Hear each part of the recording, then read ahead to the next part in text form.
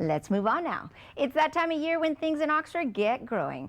After what seemed like a long run up to the summer-like weather, it's finally here, and with it, one of the first crops available locally is ready to be picked and popped into your mouth. Ashley Quinton has this. You think with the lousy weather this spring that it might have a negative effect on the strawberry crop. Sue Hilborn from Red Barn Berries says it's rather the opposite. Well, I know everybody's been pretty unhappy with the spring weather, and I'm among them, but it has been a banner year. It's going to be a banner year for strawberries. One reason is our berry plants went into the fall very strong, and we didn't have a frost, so every blossom is going to turn into a fruit. And because of the moisture, sometimes if you have too many blossoms, the berries get small, but because of the amount of moisture we have, the blossoms were big, and now the fruit is going to be huge. So it's a big crop. It's an enormous crop. I call it a mammoth crop. Biggest crop we've ever had. When did you start picking? Our Pick Your Own starts tomorrow, which is Thursday, June the 16th, and for our own pickers, we've been picking about a week.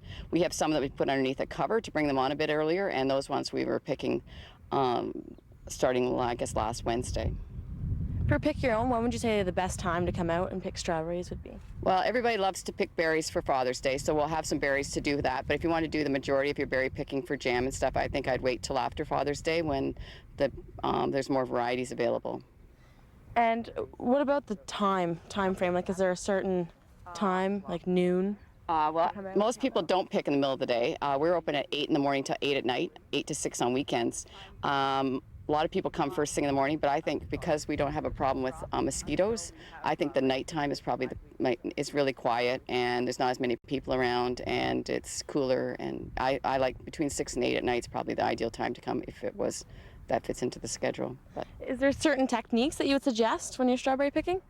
Well, I always like to leave the calyx, which is just this part of the strawberry. You leave that on until you're ready to clean them. It keeps them a little fresher. So what they recommend is that you cup the berry in your hand like that, and then just kind of use your fingernails to pluck it off so that you leave most of the calyx on. So that's and then pop it into your containers.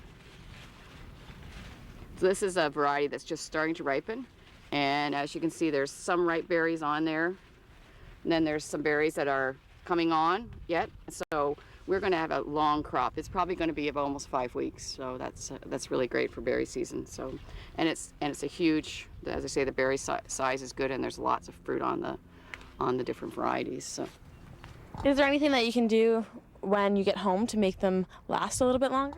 Well, one thing you should do is try not to pile them up too much. I know people bring their pails and stuff. That's really not the best way. Probably 2 or 3 inches is about as high as you want to stack berries, because they are soft and they will squish. So the more you can level them out into even 1 or 2 berries high is a really good idea. The other thing is definitely in the fridge. They have to be in the fridge as soon as you get them home. And if you're going to eat them fresh, the sooner you can eat them after you pick them is best. But I pop all my extra berries in my freezer. I just take the calyx off, throw them on a cookie sheet, and put them in the freezer. I pick the dirty ones out and eat them, wash them up and eat them fresh. I don't actually wash them before I put them in the freezer.